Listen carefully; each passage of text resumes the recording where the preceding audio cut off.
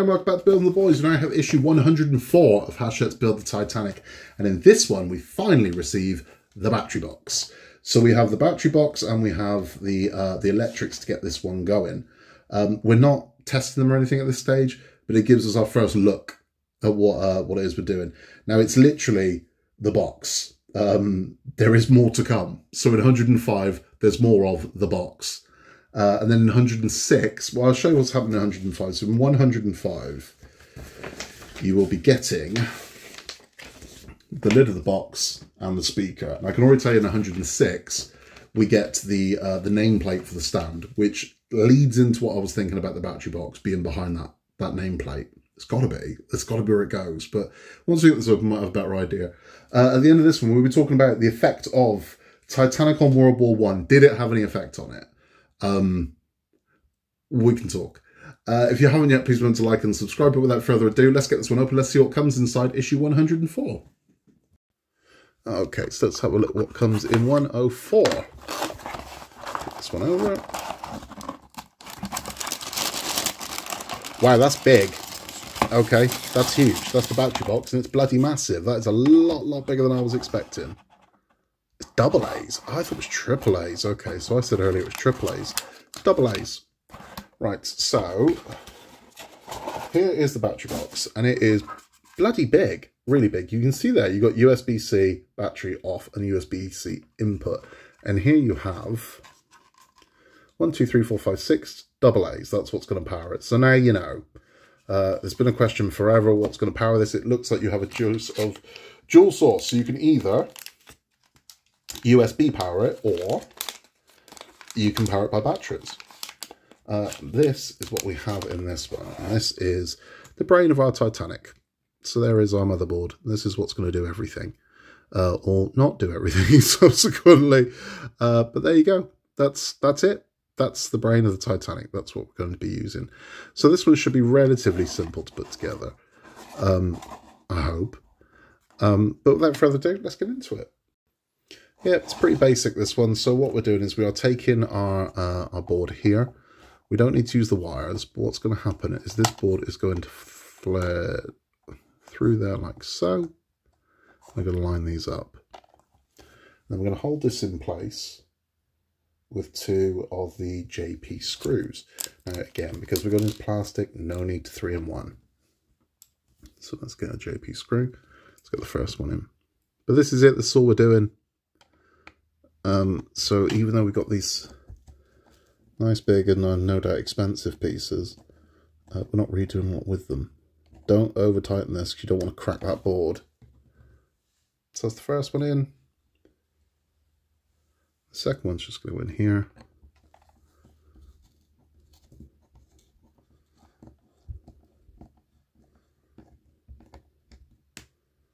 There we go. And that, believe it or not, is it. But what we'll now look at is the front section. So now you can see we've got a slot for the USB.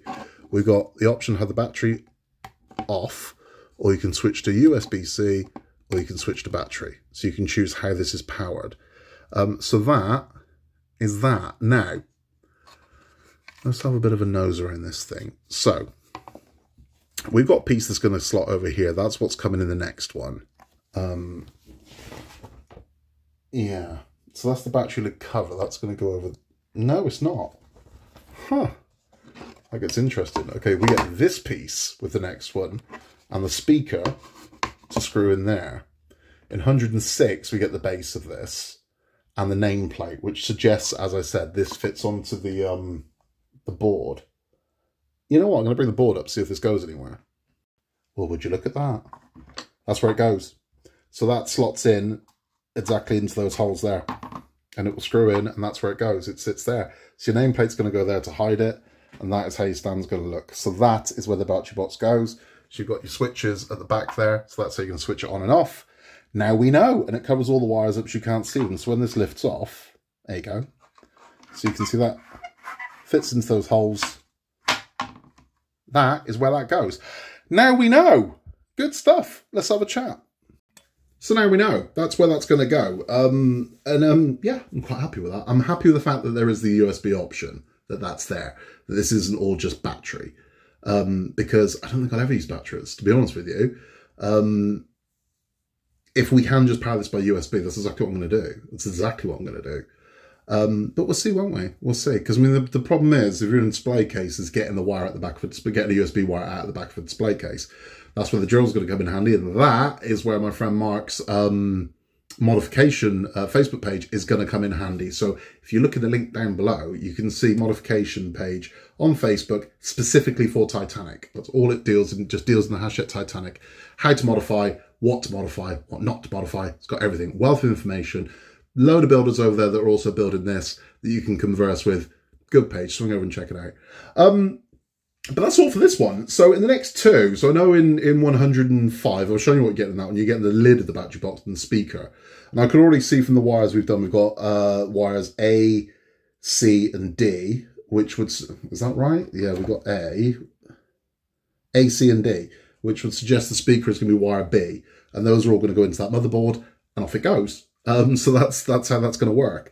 And then we're going to screw it down. So I would imagine that's happening in the next two. So the nameplate and whatnot, we're going to put the battery box in, put it down, screw it all in place, and then it's going to be done. Then, I don't know, 107 and 108, you'd like, is that right? Yeah, 107, 108. I'd like to think we finished the whole. I'd like to think that's what we're going to do. I could be completely bloody wrong, but I'd like to think that those two we finished the whole. But I don't know. We'll have to see when we get there, won't we? That's all for the build instructions. Thank you for stopping by. Please remember to like and subscribe. That helps the channel massively. For those sticking around for our Titanic talk, we're talking about, did Titanic have an effect on World War One? Yes and no.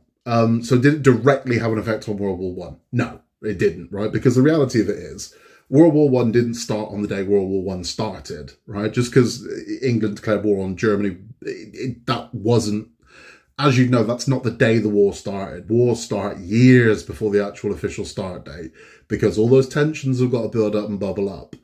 But what Titanic did was it did signify the end of the Edwardian era. So the official kind of end of the Edwardian era was 1910. However, with anything, it lingers. So like the first couple of years of the 80s are still the bloody 70s, really. I mean, all the pop culture, the iconography, the clothing and whatnot is still around. It takes a while for a generation to find its feet. And it's the same with the Edwardian era. It officially ended in 1910. Realistically, it ended with World War One. So 1912 is involved in that. Now, during the Edwardian era, we had what was known as the second industrial revolution.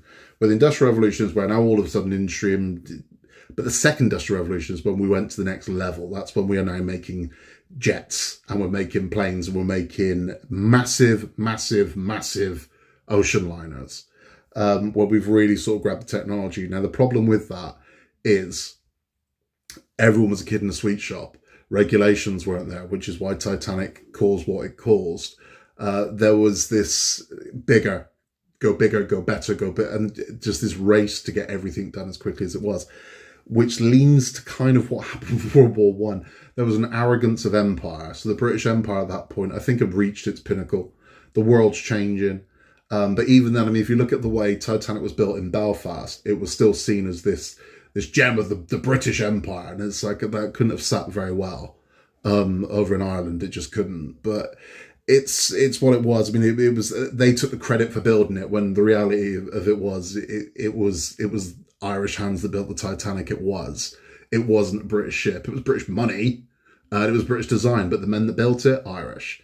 So it's yeah, it's a bit of a funny one. So the attitude of empire had got to the point where there was an arrogance to it, where you could, oh no, but it's unsinkable. Of course it can keep going. And that was exposed with World War One. World War One is bubbling away, and there are a lot of people that, you know, were very angry about a lot of things. And this assumption of empire that we'll just go over there and win.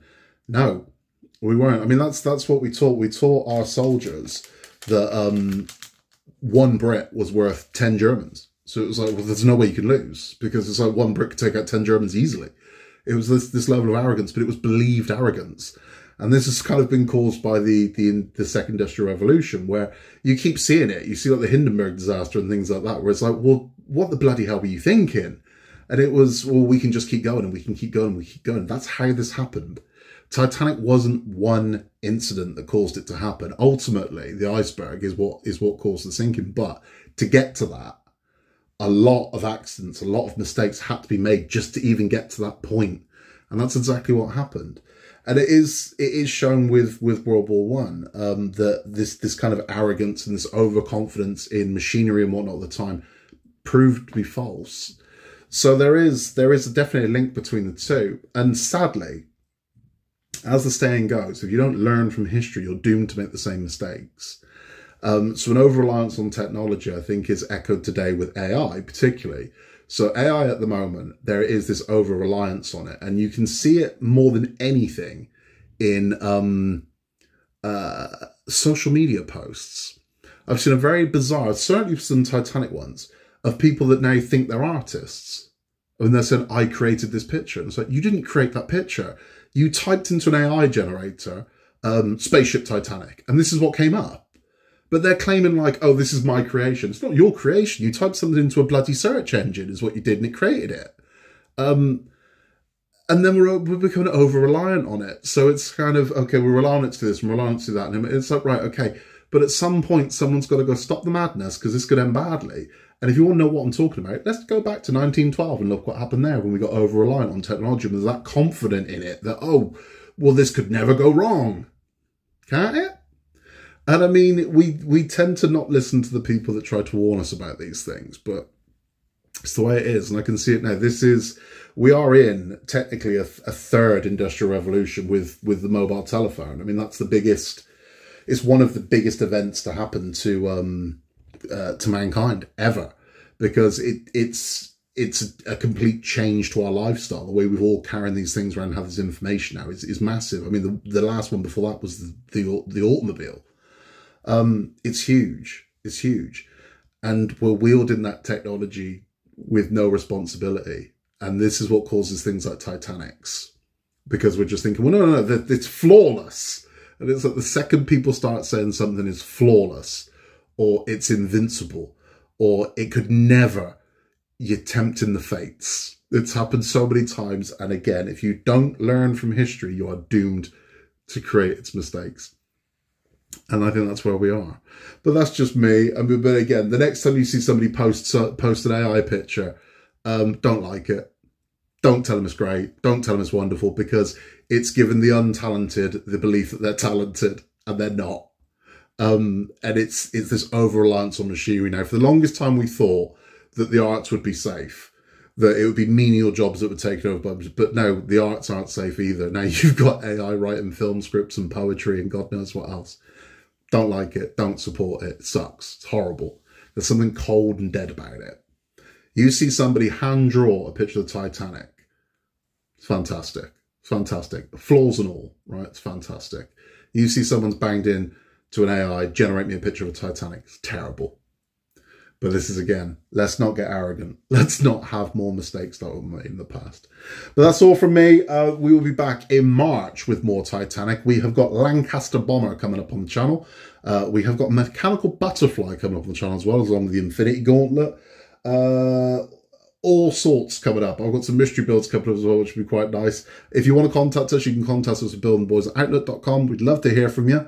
But until then, in a world where you can be anything at all, just be nice. And I'll see you very, very soon for more from Building the Boys, and definitely more Titanic. Take care, and I'll see you then.